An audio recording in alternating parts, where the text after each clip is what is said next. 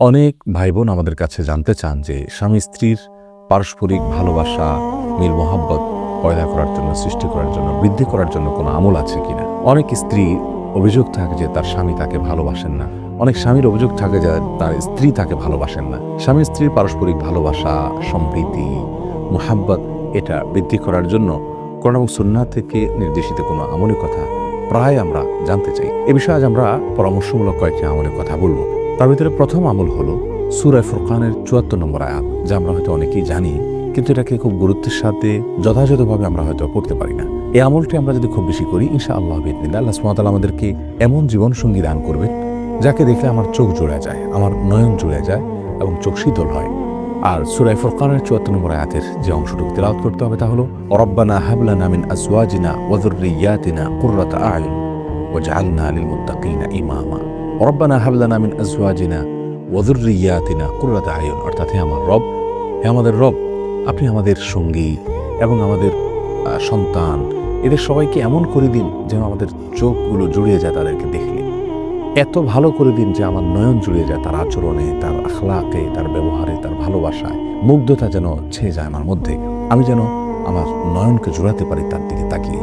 ওয়াজআলনা লিল মুত্তাকিনা ইমামা, আর আমাদের সবাইকে, আমাদের গোটা পরিবারকে আপনি মুত্তাকিদের নেতা বানিয়ে দিন, নেককার বানিয়ে দিন, ভালো মানুষ বানিয়ে দিন। এই দোয়াটি, কোরআনের এই আমলটি অত্যন্ত কার্যকর একটি আমল স্বামী স্ত্রীর পারস্পরিক ভালোবাসাকে বৃদ্ধি করবার জন্য। এই দোয়াটি বিয়ের আগে থেকে পড়া উচিত, বিয়ের পরেও পড়া উচিত, সবসময় পড়া উচিত। এমনকি আমরা এই দোয়াটা বিশেষ করে দোয়া কবুলের জায়গাগুলোতে আমরা করতে পারি। ভোর রাতের সময়টাতে, জুমার দিনে আসরের পরে সময়টাতে, তারপরে আমরা সিজদায় যখন যাব, সিজদায় কোরআনে কারীমের আয়াত তেলাওয়াত করা নিষেধ, কিন্তু দোয়ামূলক আয়াতগুলোকে দোয়া হিসাবে পাঠ করা অনেকের মতোই নিষেধ নয়। সেগুলো আমরা করতে পারি, বিশেষ করে নফল সালাতে খুব বেশি, আর অন্য সালাতেও আল্লাহর কাছে আবেদন পেশ করতে পারি।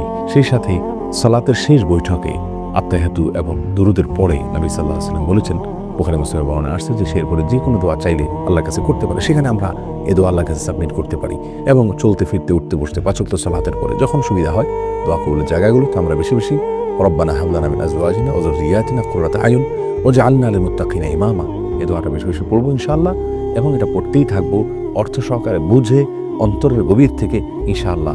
তাহলে আল্লাহ সুবহানাহু ওয়া তাআলা পারস্পরিক সম্পর্ক এবং ভালোবাসা বৃদ্ধি করবেন। দ্বিতীয় যে আমলের কথা বলবো তা হলো আল্লাহ সুবহানাহু ওয়া তাআলার আনুগত্য করা, আল্লাহ তাআলার কথাগুলোকে মেনে চলা, প্রত্যেকটা কাজে তাকে অবলম্বন করা।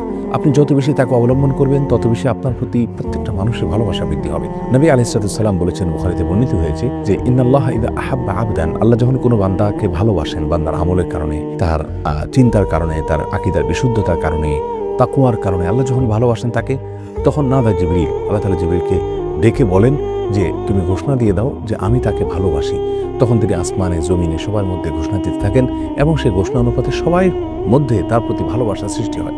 অতএব স্বামী অথবা স্ত্রী, জীবনসঙ্গী, তারা কেউই এর বাইরে নন। তাদের মধ্যেও আল্লাহ সুবহানাহু ওয়া তাআলা ভালোবাসা সৃষ্টি করবেন যদি আমার ভিতরে তাকওয়া থাকে। হ্যাঁ, কোনো কোনো ক্ষেত্রে একজন মানুষ নিজে মুত্তাকী হওয়ার পরেও আল্লাহর পক্ষ থেকে পরীক্ষা থাকে যে তার সঙ্গী, জীবনসঙ্গী তাকে ভালোবাসছেন না বা তার প্রতি আন্তরিকতা প্রদর্শন করছেন না, সেটিকে আপনি এক্সেপশন এবং আল্লাহর পক্ষ থেকে পরীক্ষা হিসেবে ধরতে পারেন। তবে মৌলিকভাবে আপনি যত বেশি তাকে অবলম্বন করবেন, আল্লাহর আনুগত্য করবেন, আল্লাহর কথাগুলো মেনে চলবেন, যত বেশি নেক হবেন, ইনশাআল্লাহ মানুষের অন্তরে আল্লাহ সুবহানাহু ওয়া তাআলা আপনার ভালোবাসা সৃষ্টি করবেন। এটা একটি পরীক্ষিত আমল এবং কোরআন ও সুন্নাহ দ্বারা ঘোষিত আমল, বিধায় এটাও আমরা করবো ইনশাআল্লাহ বিইذনিল্লাহ।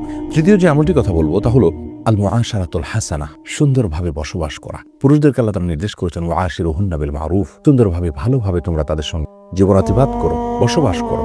একই নির্দেশ নারীদের ক্ষেত্রে প্রযোজ্য হবে, তারাও তাদের স্বামীদের সঙ্গে অবশ্যই সুন্দরভাবে বসবাস করতে হবে। এটি আল্লাহ সুবহানাহু ওয়া তাআলার নির্দেশ সকলের জন্য, সবার জন্য। অতএব যত বেশি সুন্দর আচরণ করবেন, সুন্দর ব্যবহার করবেন, সুন্দরভাবে বসবাস করবেন এবং আপনাকে কষ্ট দিলে তার বিপরীতে আপনি সবর করবেন, এবং আপনার সাথে দুর্ব্যবহার করলে আপনি তার বিপরীতে পাল্টা দুর্ব্যবহার না করে সুন্দর ব্যবহার করবেন। আপনি যদি এমন করে আসলেই চলতে পারেন এবং কিছুদিন আপনি প্র্যাকটিস করেন, দেখবেন ইনশাআল্লাহ আপনার জীবনসঙ্গীর আচরণ ইনশাআল্লাহ বদলে যাবে। সন্দেহাতীতভাবে আপনাকে সবর করতে হবে এবং হাসি মুখে তার সমস্ত কষ্টকে বরণ করতে হবে, এই আশায় যে আল্লাহ সুবহানাহু ওয়া তাআলা তাকে এর মাধ্যমে বরং সংশোধন করে দিবেন। কোরআনে কারীমে আল্লাহ সুবহানাহু ওয়া তাআলা সূরা ফুসসিলাতের 34 নম্বর আয়াতে বলেছেন, ইদফা বিল্লাতি হিয়া আহসান ফাইযাল্লাযী বাইনাকা ওয়া বাইনাহু আদাওয়া কাআন্নাহু ওয়ালিয়্যুন হামীম। তোমার সাথে যদি কেউ দুরাচরণ করে, তুমি সুন্দর দিয়ে সেটাকে প্রতিহত করো, তাহলে দেখবে একসময় তার সঙ্গে তোমার যে শত্রুতা ছিল সেটা এমন একটা পর্যায়ে চলে গেছে যেমন কেমন যেন তোমরা উভয় অন্তরঙ্গ বন্ধু হয়ে গেছো। আল্লাহ সুবহানাহু ওয়া তাআলার এই আয়াত, এটার উপরে আমল করলে আমরা কেউই ব্যর্থ হব না, ব্যর্থ হওয়ার কোনো সম্ভাবনা নেই। আপনি আপনার জীবনসঙ্গীর সাথে সুন্দর আচরণ করবার সবচেয়ে বেশি হকদাসী, অতএব তাকে সুন্দর আচরণ দেখান। এমনকি সে দুর্ব্যবহার করে আপনি মুচকি হাসি দেন, আপনি আল্লাহর জন্য সবর করেন। কিছুদিন যদি আপনি চেষ্টা করেন, ইনশাআল্লাহ তার মন আল্লাহ সুবহানাহু ওয়া তাআলা গলিয়ে দিবেন। এটাও একটা গুরুত্বপূর্ণ আমল এবং এটাও করা উচিত স্বামী স্ত্রী উভয়কে। চতুর্থ আমল হলো বেশি বেশি সালাম দেওয়া এবং উপঢৌকন দেওয়া, উপহার বিনিময় করা। সালাম দেওয়া এটা ভালোবাসা সৃষ্টির এক অলৌকিক আমল। যার সঙ্গে আপনার ভালোবাসা সৃষ্টি হওয়া দরকার, আপনার স্বামী স্ত্রী হতে পারে, অবশ্যই বৈধ ক্ষেত্রে হতে হবে, মা বাবা এবং অন্য কোনো পরিচিত অপরিচিত বৈধ ক্ষেত্রে যদি আপনার ভালোবাসা বৃদ্ধি করতে চান, তাহলে তার সাথে সালাম আদান প্রদান বাড়িয়ে দিন। নবী আলাইহিস সালাম সহিহ মুসলিমের হাদিসে আসছে, তিনি বলেছেন যে ভালোবাসা বৃদ্ধির জন্য পরামর্শ দিয়ে তিনি বলেছেন, আফশুস সালাম বাইনাকুম, তোমরা তোমাদের মধ্যে সালামকে ব্যাপকভাবে প্রসারিত করো, তাহলে পারস্পরিক ভালোবাসা সৃষ্টি হবে। অতএব বাসা বাড়িতে যখনই একে অন্যের সঙ্গে দেখা হবে, জীবনসঙ্গীর সঙ্গে সালাম বেশি থেকে বেশি আপনি বিনিময় করুন এবং পূর্ণাঙ্গ সালাম দিন। আসসালামু আলাইকুম ওয়া রাহমাতুল্লাহি ওয়া বারাকাতুহু, স্পষ্ট করে সালাম বিনিময় করুন। ইনশাআল্লাহ বিইذনিল্লাহ ভালোবাসা বৃদ্ধি পাবে। সেই সাথে হাদিয়া এবং উপঢৌকন বিনিময় করা, উপহার আদান প্রদান করা। তাহাদু, তোমরা একে অন্যকে হাদিয়া দাও, তাহলে তাহাব্বু, তোমাদের ভিতরে তোমরা একে অন্যকে ভালোবাসবে, তোমাদের মধ্যে ভালোবাসা সৃষ্টি হবে। হাদিয়া এবং উপহার দিলেও ভালোবাসা সৃষ্টি হয়, এটাও আমরা করবো ইনশাআল্লাহ বিইذনিল্লাহ। 5 নম্বর যে আমলটির কথা বলবো তা হলো গুনাহ থেকে দূরে থাকা। আল্লাহর নাফরমানি হলে সেখানে কিন্তু আল্লাহ তাআলার রহমত উঠে যায়। আজ দাম্পত্য জীবনগুলোতে সুখ শান্তি প্রায় হারিয়ে যাচ্ছে। আমাদের মুসলিমদের অনেক বড় ঐতিহ্যের জায়গা ছিল যে আমরা এক অন্যকে খুব বেশি ভালোবাসতাম, আমাদের দাম্পত্য জীবনগুলো খুব বেশি সুখী ছিল, কিন্তু সেগুলো আস্তে আস্তে হারিয়ে যাচ্ছে।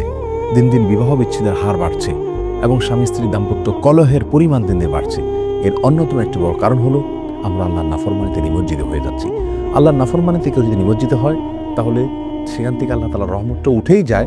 আর দুজন ব্যক্তির মাঝে কেউ একজন যদি কোনো গুনাহে লিপ্ত হয়, তাহলে তাদের মধ্যকার ভালোবাসা আল্লাহ তাআলা তুলে নেন। এ বিষয়ে ইমাম বুখারী রাহিমাহুল্লাহ আল-আদাবুল মুফরাদে একটি হাদিস বর্ণনা করেছেন, দুজন ব্যক্তি একে অন্যকে যদি ভালোবাসেন, পরে তাদের মাঝে বিচ্ছেদ হয়ে যায় বা বিচ্ছেদ ঘটে যায়, এটা শুধুমাত্র এই কারণেই ঘটে যে তাদের কেউ একজন যদি কোনো গুনাহে লিপ্ত হয়ে যায়। গুনাহে লিপ্ত হলে কিন্তু ভালোবাসা কমে যায়। আমাদের আজ বিবাহগুলো শুরুই হয় গুনাহ দিয়ে, গান বাজনা, বেপর্দা, অশ্লীলতা, আল্লাহর নাফরমানি, এগুলো দিয়ে আমাদের বিবাহের অনুষ্ঠান পরিপূর্ণ থাকে। যার কারণে বিবাহের অনুষ্ঠান থেকে আল্লাহর নাফরমানির ফলে ওখান থেকে আল্লাহর রহমত উঠে যায় এবং ভালোবাসা নির্দিষ্ট করে আমরা বলতে পারি যে দুজন ব্যক্তির মধ্যকার ভালোবাসা উঠে যাওয়ার একটা বড় কারণ হলো গুনাহে লিপ্ত হওয়া। বিবাহের অনুষ্ঠানে গুনাহ হচ্ছে, বিবাহের পরে গুনাহ হচ্ছে, এই গুনাহগুলোর ফলে কিন্তু আল্লাহ সুবহানাহু ওয়া তাআলার রহমত আমাদের থেকে দূরে সরে যাচ্ছে। অতএব এই বিষয়টি খুব বেশি খেয়াল করা দরকার। 5 নম্বরে যে বিষয়টি বললাম, অর্থাৎ আল্লাহ সুবহানাহু ওয়া তাআলার নাফরমানি যাতে না হয়, বিবাহ হবে না, পরবর্তীতে হবে না। বাসা বাড়িতে যদি নাফরমানি হয়, ফিল্ম দেখাদেখি হয়, হারাম কার্যকলাপ হয়, গান বাজনা ইত্যাদি চলতে থাকে, আল্লাহ নাফরমানি চলতে থাকে, তাহলে সেখানে কোনো অবস্থাতেই আল্লাহর রহমত আসবে না, ভালোবাসা পয়দা হবে না। 6 নম্বর আমল হলো বেশি বেশি নবী সাল্লাল্লাহু আলাইহি ওয়াসাল্লামের প্রতি দরুদ পাঠ করা এবং ইস্তেগফার করা। বিশেষ করে যদি কেউ জীবনসঙ্গীর দূরত্ব ফিল করতে পারেন, তিনি তাকে অ্যাভয়েড করছেন, ভালোবাসছেন না, এটা চরম আকারে চলে গেছে, তার জন্য কষ্টের হয়ে যাচ্ছে, তাহলে এই অবস্থা থেকে উত্তরণের জন্য সাধারণভাবে আপনি বেশি বেশি নবী সাল্লাল্লাহু আলাইহি ওয়াসাল্লামের দরুদ পাঠ করুন এবং বেশি বেশি ইস্তেগফার করুন। এগুলো মানুষের যে কোনো বিপদ থেকে দূর করে, পথ মানুষকে বাতলে দেয় এবং পথ সুগম করে দেয়।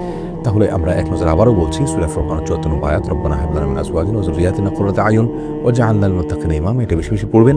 দ্বিতীয়ত হলো আল্লাহর আনুগত্য বেশি বেশি করবেন, মুত্তাকি হবেন, তাকওয়ার চর্চা করবেন, আল্লাহ তাআলা ভালোবাসা পয়দা করবেন। তৃতীয়ত হলো সুন্দর আচরণ করবেন, সুন্দরভাবে বসবাস করবেন, কষ্ট দিলেও সবর করবেন, পাল্টা কষ্ট দিবেন না। 4 নম্বর আমল হলো সালাম বেশি বেশি দিবেন এবং উপহার বিনিময় করবেন।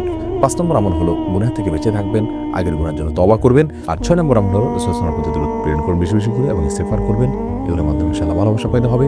এরপরেও যদি ভালোবাসা পয়দা না হয় এবং আপনার জীবনসঙ্গী দ্বারা আপনি কষ্ট পেতেই থাকেন, তো মনে রাখবেন দুনিয়ার জীবন খুবই সংক্ষিপ্ত, আমাদেরকে খুব অল্প সময়ের মধ্যে দুনিয়া ছেড়ে চলে যেতে হবে। অতএব এই জীবনের জন্য আপনি এতটা অস্থির এবং ব্যাকুল হয়ে নিজের আখিরাতকে ভুলে যাওয়া এবং এটাকে একমাত্র টেনশন বুঝতে বাড়ানো উচিত হবে না। ইমানদারের কর্তব্য হলো দুনিয়ার সমস্ত কষ্টকে আখিরাতের সুখের আশায় বরণ করে নেওয়া, সবর করে নেওয়া। আল্লাহ তাআলা অনেককে কিন্তু পরীক্ষা নেন।